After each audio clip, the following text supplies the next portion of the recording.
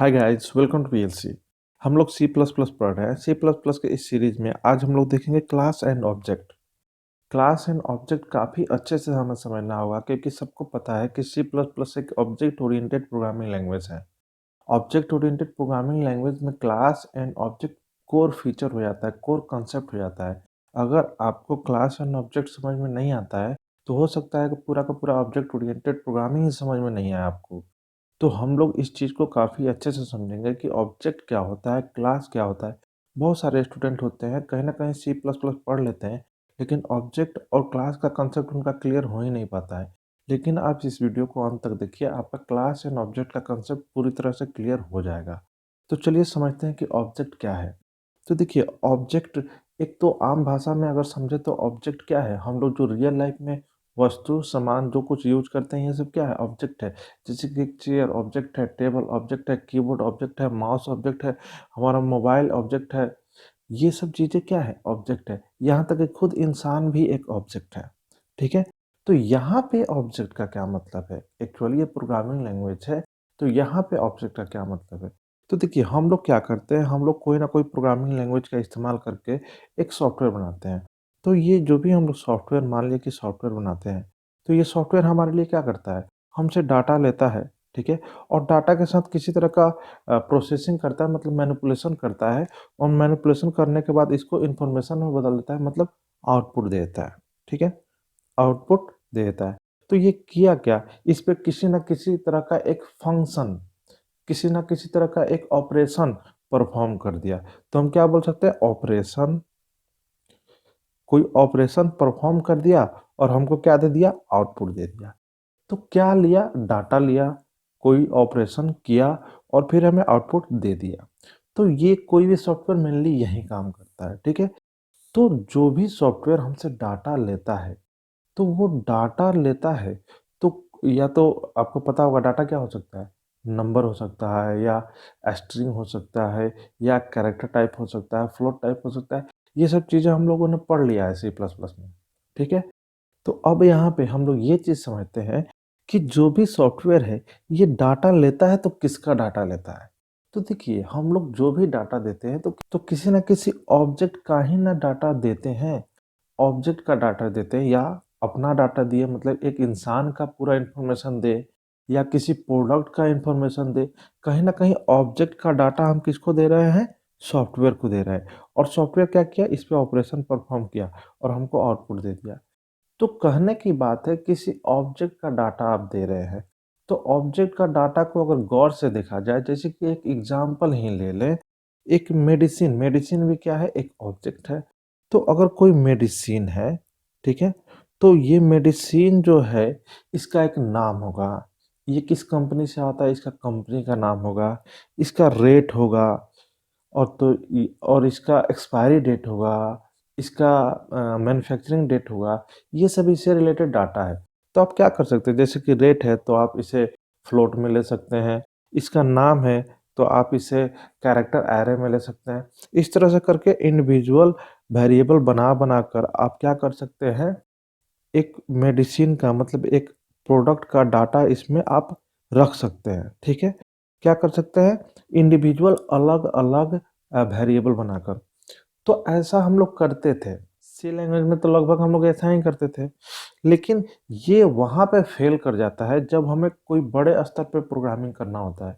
बहुत सारे प्रोडक्ट का डाटा अगर रखना है और उसके साथ किसी तरह का ऑपरेशन परफ़ॉर्म करना है, तो इसी तरह से बहुत सारा वेरिएबल आपको बनाना होगा, और इतना सारा वेरिएबल बना लीजिएगा कि कल हो के आपके लिए ही प्रॉब्लम खड़ा हो जाएगा कि एक प्रोडक्ट का डाटा कहाँ पड़ा हुआ है, फिर दूसरे प्रोडक्ट का डाटा कहाँ पड़ा हुआ है, फिर तीसरे प्रोडक्ट का डाटा कहाँ पड़ा हुआ है, और उसका हम क्या नाम दिए हैं। बहुत तरह का कॉम्प्लिकेशन आ जाता है। आप जब उस लेवल पे जाइएगा तब ये चीज़ समझ में आएगा। ठीक है? तो इसी सब चीज़ से बचने के लिए यहाँ पे ऐसा किया गया कि अगर कोई एक ऑब्जेक्ट का डाटा रखना है, तो क्यों ना हम इंडिविजुअल वेरिएबल ना बनाएँ, एक ऑब्जेक्ट ही बनाएँ। देखिए, ऑब्जेक्ट कुछ नहीं है, एक वेरिएबल ही है, लेकिन उसके अंदर बहुत सारा छोटा-छोटा वेरिएबल है, जिसमें प्रोडक्ट से जुड़ी हुई छोटी-मोटी जानकारियाँ इसी में स्टोर कर दी जाती है।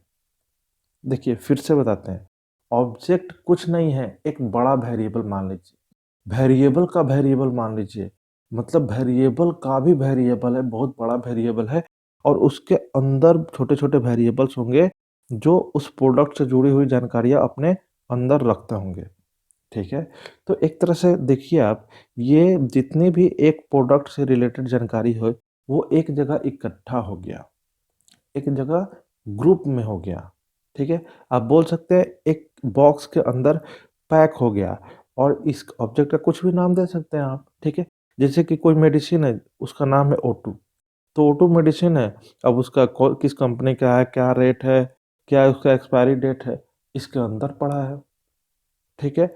मतलब इसके अंदर छोटे-छोटे वेरिएबल है, वो सब डाटा रख रहे हैं और इस पे कोई ऑपरेशन परफॉर्म हो सकता है। तो ये पॉसिबल है कि कल हो के इसके साथ किसी तरह का ऑपरेशन करना है, तो ऑपरेशन जो परफॉर्म हो सकता है, वो इसी डाटा पे ना ऑपरेशन परफॉर्म होगा, इसी डाटा पे ना ऑपरेशन परफॉर्म होगा। तो इसी डाटा पे जो ऑपरेशन परफॉर्म होना है, वो भी फंक्शन के रूप में इसी में अवेलेबल रहता है।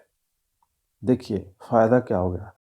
मतलब कि एक ऑब्जेक्ट से रिलेटेड डाटा उसी के अंदर रहता है और उस पे जो-जो फ़ंक्शन मतलब जिस तरह का उसके साथ ऑपरेशन परफ़ॉर्म हो सकता है, वो भी उसी के अंदर है। तो इससे हो क्या जाता है, थोड़ा-सा सिक्योरिटी मिल जाता है। ये सब चीज़ें जब हम लोग करेंगे, एक प्रोग्राम बनाकर वहाँ पे प्रोग्राम को रन कराएँगे, तो बहुत सारी चीज़ें वहाँ क्लियर होगी। लेकिन मोटा-मोटी कॉन्सेप्ट यहाँ समझिए। तो इससे क्या हो जाता है, एक तरह से सिक्योरिटी मिल जाता है। सिक्योरिटी क्या मिल जाता है कि फंक्शन भी इसी में है और वेरिएबल भी इसी में है। आउटसाइड कोई दूसरा फंक्शन आपके इस वेरिएबल के साथ किसी तरह का एक्सेस नहीं कर पाएगा। तो थोड़ा-सा सिक्योरिटी मिल गया। तो ये सब फ़ायदा हो जाता है ऑब्जेक्ट ओरिएंटेड प्रोग्रामिंग में। मतलब एक ऑब्जेक्ट का कांसेप्ट लेके हम लोग यहाँ चलते हैं। बात समझे? एक ऑब्जेक्ट का कांसेप्ट लेके चलते हैं। हाँ, अब रही बात कि ऑब्जेक्ट तो हम समझ लिए, तो क्लास क्या है? देखिए, जो भी डेफ़िनेशन हम इसको पढ़ के आपको समझाएँगे।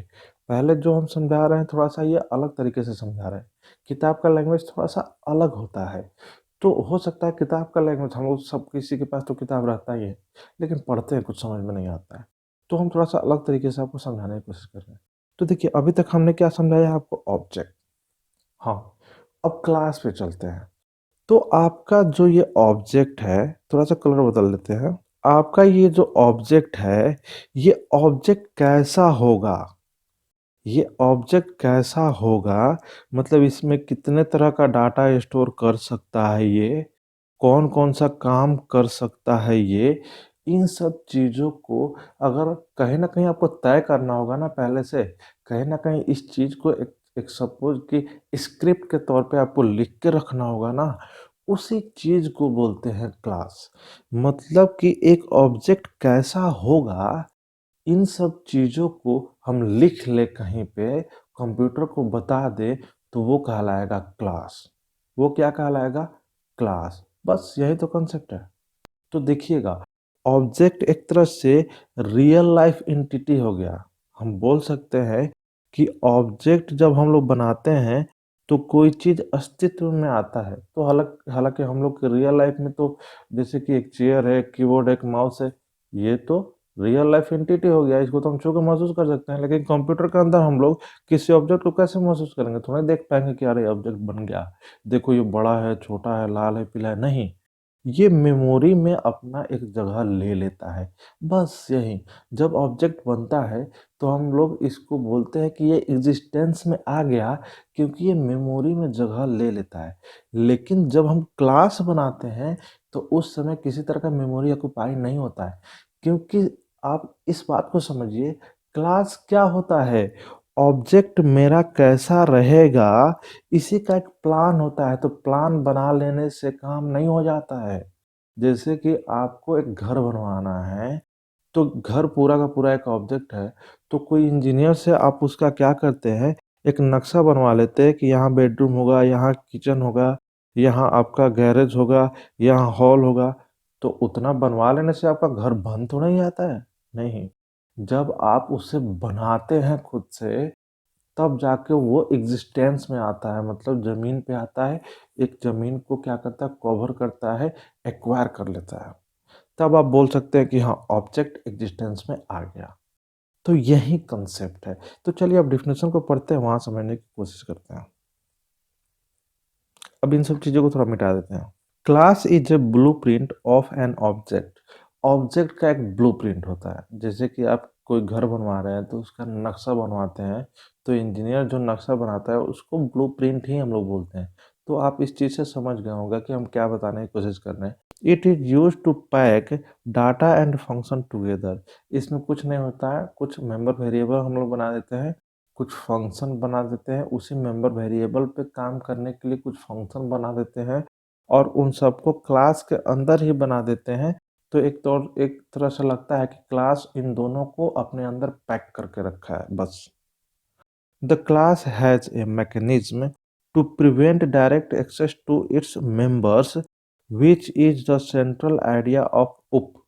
मतलब ऑब्जेक्ट ओरिएंटेड प्रोग्रामिंग का ये सेंट्रल आइडिया है, ये मुख्य उद्देश्य है कि आपका जो डाटा होगा वो प्रिवेंट होगा, मतलब उससे सुरक्षा देगा।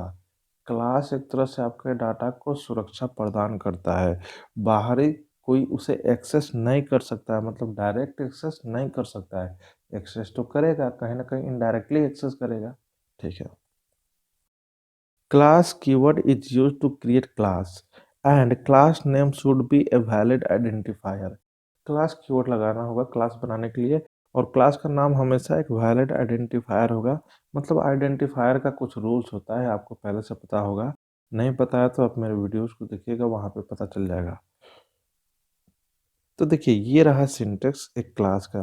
करना क्या है, क्लास कीवर्ड लगाना है और क्लास का एक नाम तय कर देना है और उसके अंदर वेरिएबल्स डिक्लेयर कर देना है। आप जितने भी वेरिएबल्स आप चाहते हैं, 3 वेरिएबल, 4 वेरिएबल, 1 वेरिएबल, 2 वेरिएबल या उससे भी ज़्यादा। कुछ फंक्शंस को डिफाइन कर देना होगा। फंक्शन भी आप कई भी फंक्शन डिफाइन कर सकते हैं जितना आपको मन करे। तो और उसके बाद लास्ट में एक कर्ली ब्रेसेस बंद कीजिए और सेमीकोलन डाल दीजिए। क्लास आपका बन गया। ये क्लास जब बनता है तो मेमोरी में किसी तरह का स्पेस ऑक्युपाई नहीं होता है जब तक कि इसका हम कोई ऑब्जेक्ट ना बना ले।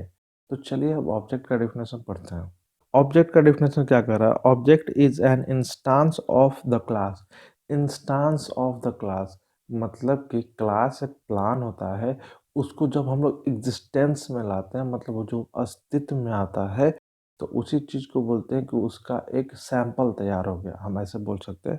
तो उसी को कंप्यूटर साइंस की भाषा में इंस्टांस ऑफ द क्लास बोला जाता है। It is an entity that has a state and behavior। State means data and behavior means functionality। कोई भी जो ये एक तरह का एंटिटी है, एक एंटिटी का मतलब क्या है कि एक कोई वस्तु ही मान लीजिए, कोई एक चीज़ है, तो उसका एक अपना स्टेट होता है, एक बिहेवियर होता है। स्टेट का मतलब कुछ डाटा रखता है, ठीक है, और बिहेवियर का मतलब कुछ फंक्शनैलिटी भी प्रदान करता है, मतलब उससे कुछ ऑपरेशन भी परफॉर्म कर सकते हैं। Object is a runtime entity that is created at runtime। Object को रन टाइम एंटिटी इसीलिए बोलते हैं क्योंकि जब हम रन करते हैं उसी समय ये बनता है। जब हम रन करते हैं तब बनता है, इसी के लिए इसे रन टाइम एंटिटी भी कहा जाता है। सिंटेक्स एकदम सिंपल है। क्लास का नाम लिखना है, जिस क्लास का ऑब्जेक्ट बनाना है उस क्लास का नाम लिखना है, फिर ऑब्जेक्ट का नाम लिखना है, एक ऑब्जेक्ट बन गया। ठीक है। तो अब क्लास कैसे बनाते हैं, ऑब्जेक्ट कैसे बनाते हैं, इसका एक एग्जाम्पल हम लोग देखेंगे एक प्रोग्राम बनाकर। वो नेक्स्ट वीडियो में देखेंगे। यहाँ पे बस हमें समझना था, एक छोटा मोटा थ्योरी पार्ट था। हम लोग इसका एक एग्जाम्पल देखेंगे, वहाँ पे इस चीज़ को हम लोग अच्छे से समझेंगे। ठीक है। चलिए मिलते हैं नेक्स्ट वीडियो में एक एग्जाम्पल के साथ। तब तक के लिए थैंक यू। अगर आपको अच्छा लगा तो प्लीज़ लाइक कीजिएगा और सब्सक्राइब नहीं किया अब तक तो ज़रूर सब्सक्राइब कीजिएगा। बेल आइकन ज़रूर दबा दीजिएगा। इससे होगा क्या कि जब भी हम नया वीडियो डालें आपको तुरंत वो वीडियो मिल जाए। चलिए मिलते हैं नेक्स्ट वीडियो में, तब तक के लिए थैंक यू।